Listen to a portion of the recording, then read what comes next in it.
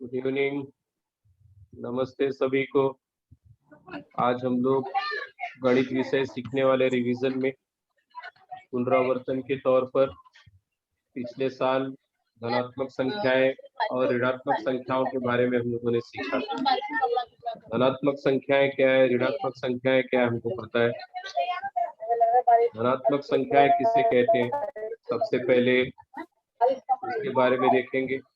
उसके बाद ऋणात्मक संख्याएं और इन सब को संख्या रेखा पर कैसे दिखाते हैं उसको देखेंगे, सीखेंगे, फिर आगे चलेंगे, क्योंकि बहुत इंपॉर्टेंट पार्ट है।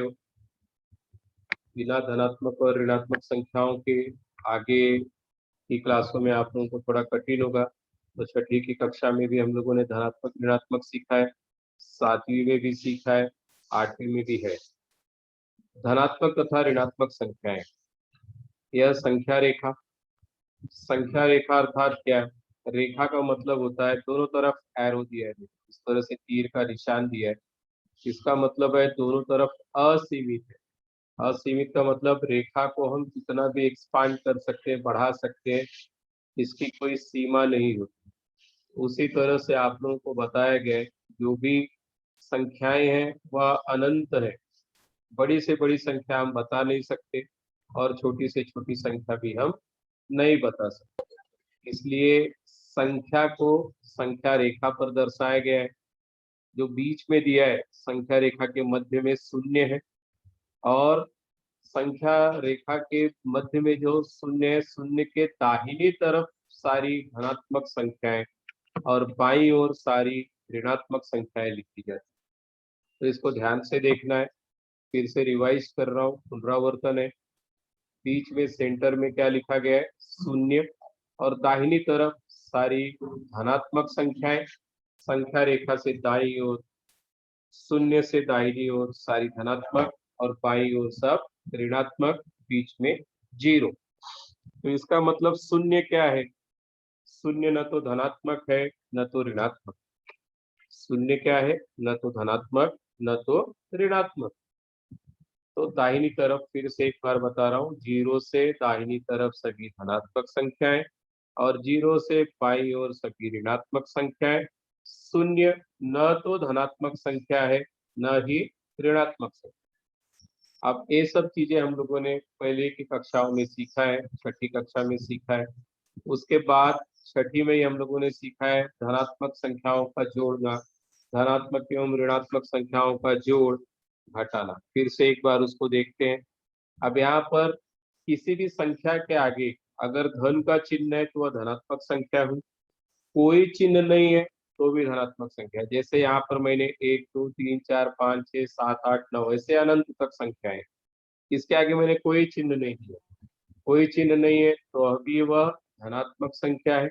अगर यहाँ पर मैंने प्लस का साइन दिया है, धन का चिन्ह दिया है, तो भी धनात्मक संख्या है। तो इसका मतलब संख्या के पहले, किसी भी संख्या के पहले धन का चिन्ह हो या न हो वह संख्या धनात्मक है। लेकिन अगर उसके पहले ऋण का चिन्ह है तो ये सारी संख्याएं ऋणात्मक संख्याएं। क्योंकि देखो यहाँ पर ऋण 1, ऋण 2, इसको पढ़ते समय कैसे पढ़ेंगे? ऋण 1, ऋण 2, ऋण 3, ऋण 4, ऋण 5, ऋण 6, ऋण 7। इस तरह से सबसे छोटी संख्या जो है वह हम बता नहीं सकते, ऋणात्मक संख्या है। अगर आगे ऋण है तो वह ऋणात्मक संख्या, अगर आगे धन है तो भी धनात्मक, धन का चिन्ह नहीं है तो भी वह संख्या धनात्मक। अब यहाँ पर दोनों धनात्मक संख्या है, धन 3 धन 5, दोनों मिलकर के कितने हो गए? धन 8। उसी तरह से यहाँ पर कोई चिन्ह नहीं है 3 और 5 के आगे, जोड़ना है हमको। तो 3 और 5 दोनों भी धनात्मक संख्या है तो दोनों को जोड़ दिया, 3 धन 5 8। अब यहाँ पर ऋण 3, इसको कैसे पढ़ेंगे? ऋण 3 धन 5। अब ऋणात्मक और धनात्मक जोड़ते समय या घटाते समय ध्यान रखने जैसी बात है, पहले भी समझाया गया है आप लोगों को। ऋणात्मक का मतलब बहुत अगर सरल शब्दों में समझा जाए तो ऋण का अर्थ होता है कर्ज। ऋण 3 का मतलब मेरे ऊपर 3 रुपए कर्ज है, और धन 5 का मतलब मेरे पास 5 रुपए है। इसका मतलब क्या हुआ? ऋण 3 का मतलब 3 रुपए कर्ज है। धन 5 का मतलब मेरे पास 5 रुपए है। अब मान लो आपके पास 5 रुपए है और आपको किसी को 3 रुपए देना है, तो आपके पास धन 2 बचेंगे। इसका मतलब 2 रुपया आपकी आपके पास शेष रहेगा, वह प्लस है, आपका धन है। तो इसको आसानी से समझ सकते हैं। उसी तरह से यहाँ पर दिया है धन 3 ऋण 5।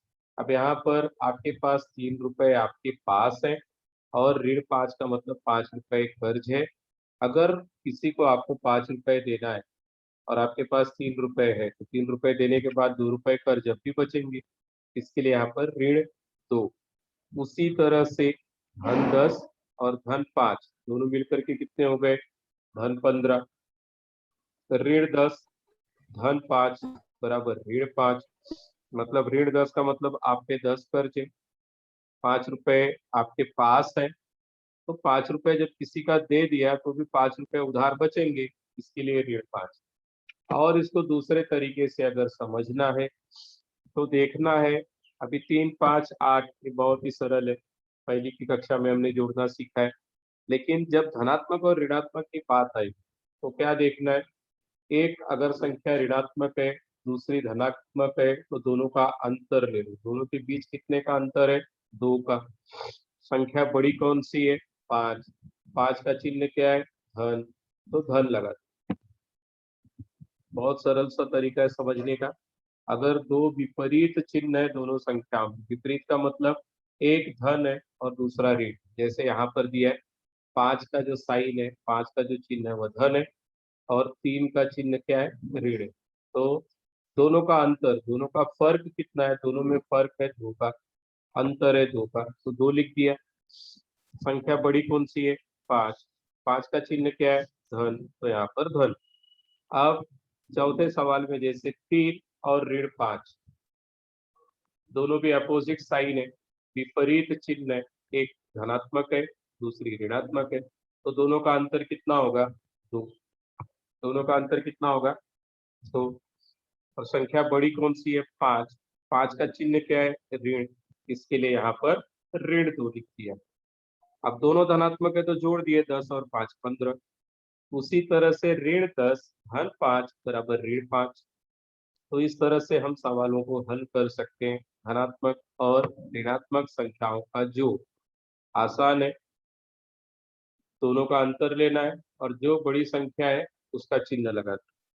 उसी तरह से घटाना है 5, यहाँ पर 5 ऋण धन 3, तो 5 धन और ऋण, 5 धन और ऋण, तो धन और ऋण का जब गुना होगा तो माइनस आए। तो 5 में से 3 घटाए बचा 2।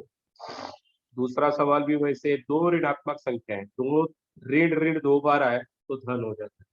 ब्रैकेट में ऋण 3 है और उसके बाहर ऋण है, तो ऋण में ऋण का गुणा करेंगे तो धन आ जाएगा। तो 5 धन 3 8, 5 धन 3 8। उसी तरह से ऋण 5 ऋण 3, तो दोनों भी ऋणात्मक है। 5 रुपए पहले कर्ज, 3 रुपए और कर्ज, मिलके ऋण 8 हो गए।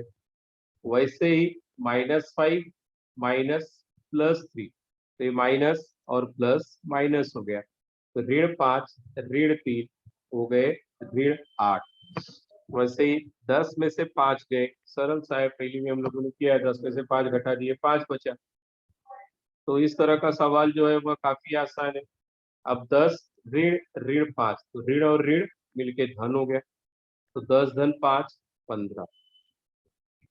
गुणा जैसे हम लोग करते थे उसी तरह से गुणा करना है, सिर्फ चिन्हों का ध्यान रखना है। उदाहरण के लिए 3 5 15 पता है हमको, दोनों भी धनात्मक है तो सीधे 15 लिख दिए। लेकिन जब एक ऋणात्मक है दूसरा धनात्मक है, पहली संख्या ऋण है दूसरी संख्या धन है, तो दोनों का गुणनफल कभी भी ऋण होगा। अगर अपोजिट साइन है दोनों में, दोनों संख्याओं में, एक ऋणात्मक एक धनात्मक, तो उत्तर कभी भी ऋणात्मक ही आएगा, उसके आगे ऋण का चिन्ह, जैसे सामान्य हम गुणा करते हैं वैसे ही करना है, सिर्फ चिन्ह पे ध्यान देना है। तो 3 5 15, पहली संख्या ऋण दूसरी संख्या धन, ऋण में धन का गुणा करेंगे तो ऋण 15 माइनस आ गया। वैसे यहाँ पर 3 5 15, पहली संख्या धनात्मक, दूसरी संख्या ऋणात्मक, उत्तर ऋण में आया। अब दोनों ऋणात्मक है तो ध्यान देने जैसा क्या है, दोनों ऋणात्मक है। जैसे हम गुणा करते हैं वैसे ही, 3 पचे 15, ऋण में ऋण का गुणा तो उत्तर धन आया। तो ध्यान देने जैसा क्या है, अगर एक ऋणात्मक संख्या है और दूसरी धनात्मक संख्या है, जब गुणा करेंगे तो उत्तर कभी भी ऋण में ही आएगा। जैसे दूसरा और उदाहरण तीसरा, दूसरे एग्जाम्पल और तीसरे एग्जाम्पल में वही है, पहली संख्या धनात्मक है, दूसरी ऋणात्मक, और दूसरे में क्या है, पहली ऋणात्मक है, दूसरी धनात्मक।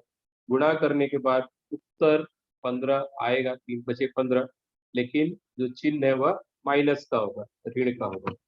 अब चौथे सवाल में क्या है, दोनों भी ऋणात्मक है, 3 पचे 15, ऋण में ऋण का गुणा किए तो धन, ऋण में ऋण का गुणा किए तो धन, धन में धन का गुणा किए तो धन। जैसे पहला सवाल था, दोनों धनात्मक संख्या है, तो पहला और चौथा ध्यान से देखोगे आप लोग, पहले में क्या था, दोनों भी धनात्मक संख्या है, उत्तर धन में आया। चौथे में क्या है, दोनों भी ऋणात्मक संख्या है, तो उत्तर प्लस में आया। वैसे पांचवा सवाल, 3 छक 18, पहली धनात्मक, दूसरी ऋणात्मक, उत्तर ऋण में। यहाँ भी छठे सवाल में भी दोनों भी ऋणात्मक संख्या है, 3 छक 18, ऋण में ऋण का गुणा किए तो उत्तर धन।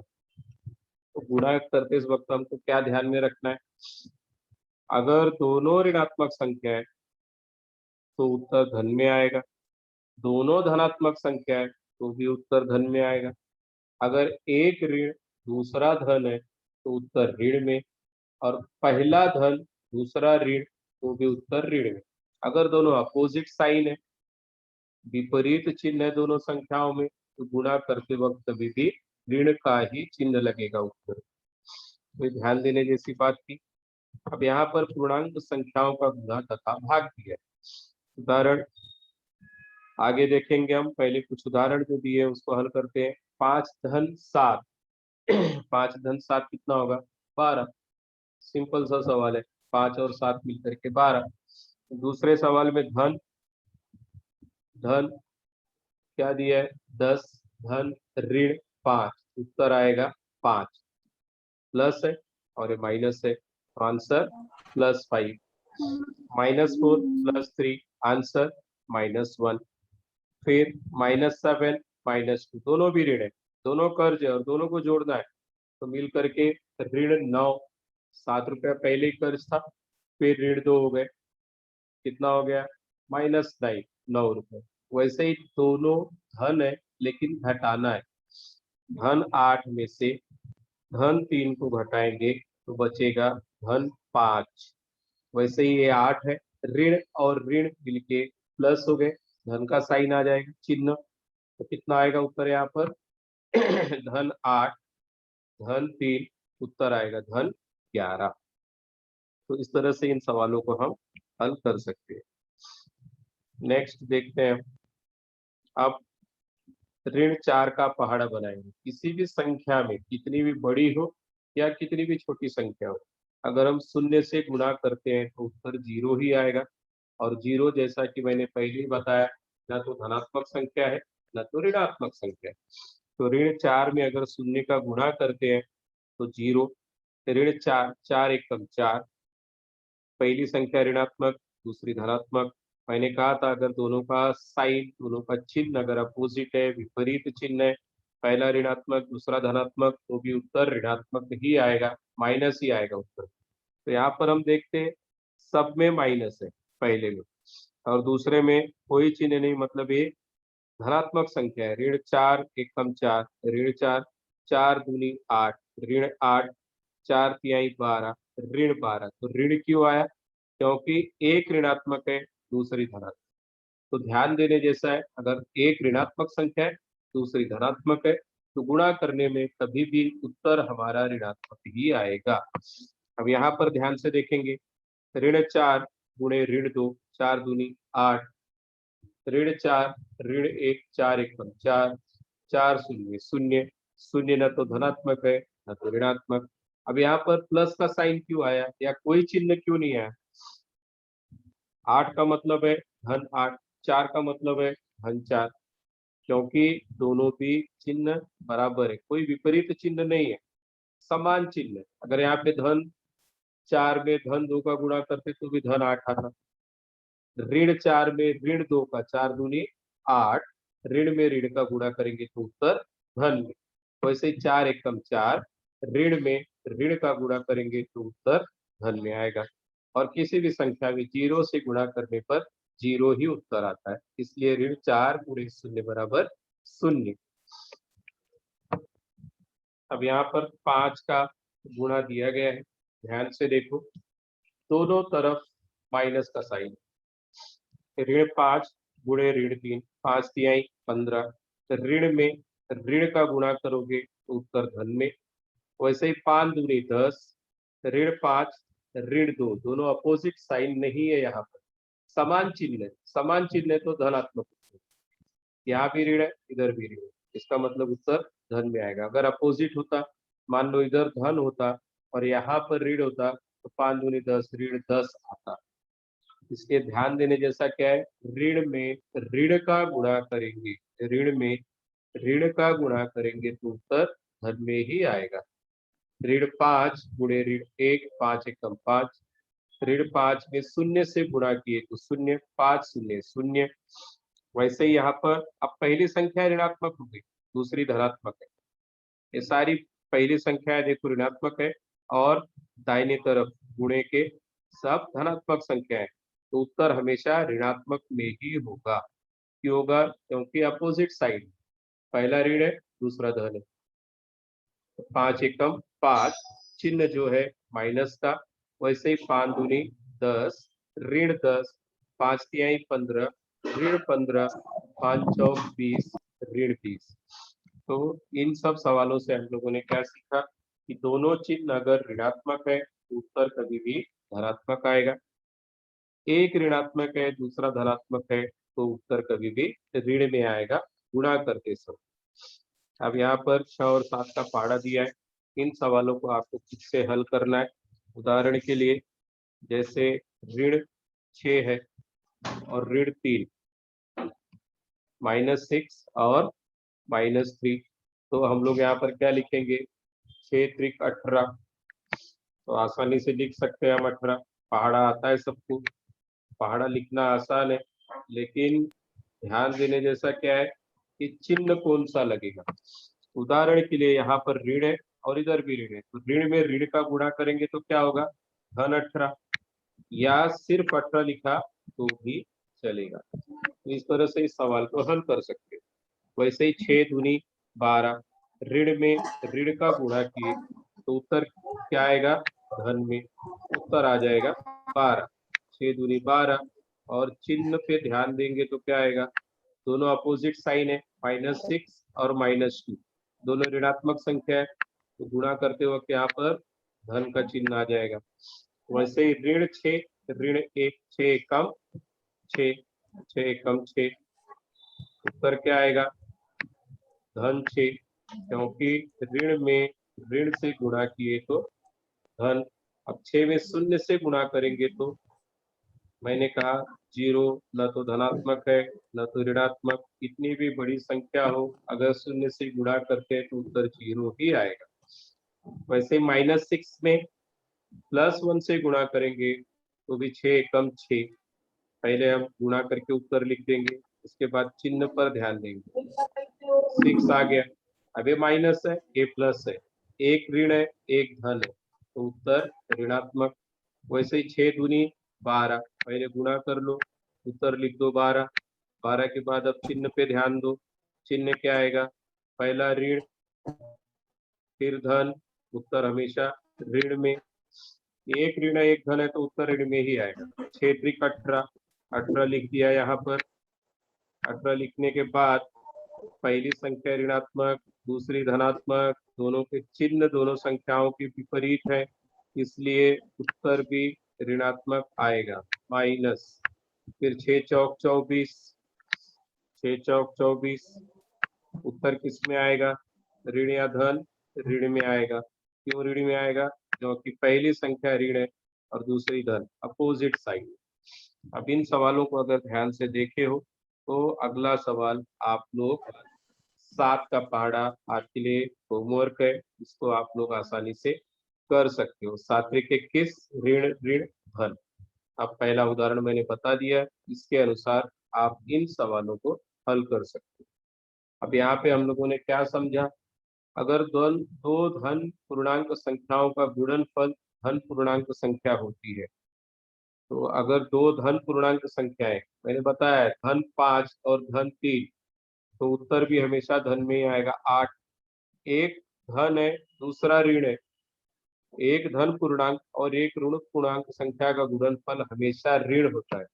अभी हम लोगों ने किया, जैसे ऋण 6 में 1 से गुणा किया, तो ऋण 6 का चिन्ह माइनस है, ऋण है, और 1 का चिन्ह प्लस है, तो 6 कम 6 उत्तर 6 आया। लेकिन 6 के पहले माइनस का साइन लगेगा, क्योंकि पहली जो संख्या है वह ऋणात्मक। अब दो ऋणात्मक संख्याएं, हम लोगों ने ऐसे सवाल हल किए कि दो ऋणात्मक संख्याएं, उनका गुणनफल हमेशा धनात्मक या धन पूर्णांक संख्या होती है। और भी सरल तरीके से सीख रहा है, तो धन संख्या में धन संख्या से गुणा करेंगे तो धन ही आएगा, और ऋण संख्या में ऋण संख्या से गुणा करेंगे तो भी धन आएगा। तो पहला और लास्ट ध्यान से देखो, धन संख्या, उसमें फिर धन संख्या, उदाहरण के लिए धन 5 में धन 3 से गुणा किया तो उत्तर धन 15। वैसे ही ऋण 5 में ऋण 3 से गुणा किया तो भी उत्तर धन 15 ही आएगा। और एक धनात्मक है, दूसरी ऋणात्मक है, उत्तर ऋण। पहली ऋणात्मक संख्या है, दूसरी धनात्मक संख्या है, तो भी ऋण में ही उत्तर आएगा। अब इन सवालों को भी देख के हम समझ सकते हैं, धन में धन का गुणा किया तो धन, ऋण में ऋण का गुणा किया तो भी धन। विशेष रूप से इस बात पे ध्यान देना है कि दोनों ऋणात्मक संख्याएं तो उत्तर धन में। उदाहरण के लिए ऋण 3 में ऋण 3 का गुणा करेंगे, ऋण 3 में ऋण 3 का गुणा करेंगे तो उत्तर धन 3 त्रिका 9। यहाँ पर हम करेक्ट कर सकते हैं इसको, यहाँ पर हम लिख सकते हैं इसको धन 9, 3 त्रिका 9। तो इसको उत्तर लिखेंगे धन 9। धन 9 क्यों आया उत्तर, धनात्मक क्यों आया, क्योंकि दोनों भी ऋणात्मक संख्या है। ऋण 3 में ऋण 3 का गुणा करेंगे तो उत्तर धन 9। वैसे ही ऋण में ऋण का गुणा किया या ऋण में धन का गुणा किया, ऋण में धन का गुणा या धन में ऋण का गुणा, तो उत्तर हमेशा ऋणात्मक ही आएगा। उदाहरण के लिए ऋण 3 है, ऋण 3 में धन 4 का गुणा किया तो 3 चौक 12। पहली संख्या ऋणात्मक है, दूसरी संख्या धनात्मक है, तो उत्तर 12 आया, लेकिन उसके आगे का चिन्ह क्या होगा, ऋणात्मक। वैसे ही धन 3 है, धन 3 में ऋण 4 का गुणा किया 3 चौक 12। पहली संख्या धनात्मक, दूसरी संख्या ऋणात्मक, उत्तर ऋणात्मक आएगा। तो इन सब बातों को विशेष रूप से ध्यान देना है। दो धनात्मक संख्याओं का गुणनफल धनात्मक, दो ऋणात्मक संख्याओं का गुणनफल भी धनात्मक होता है, दो ऋणात्मक संख्याओं का गुणनफल भी धनात्मक, और दोनों अपोजिट साइन है, विपरीत चिन्ह है, तो उत्तर हमेशा ऋणात्मक में आएगा। थैंक यू, धन्यवाद। उम्मीद है समझ में आया होगा आप लोगों को।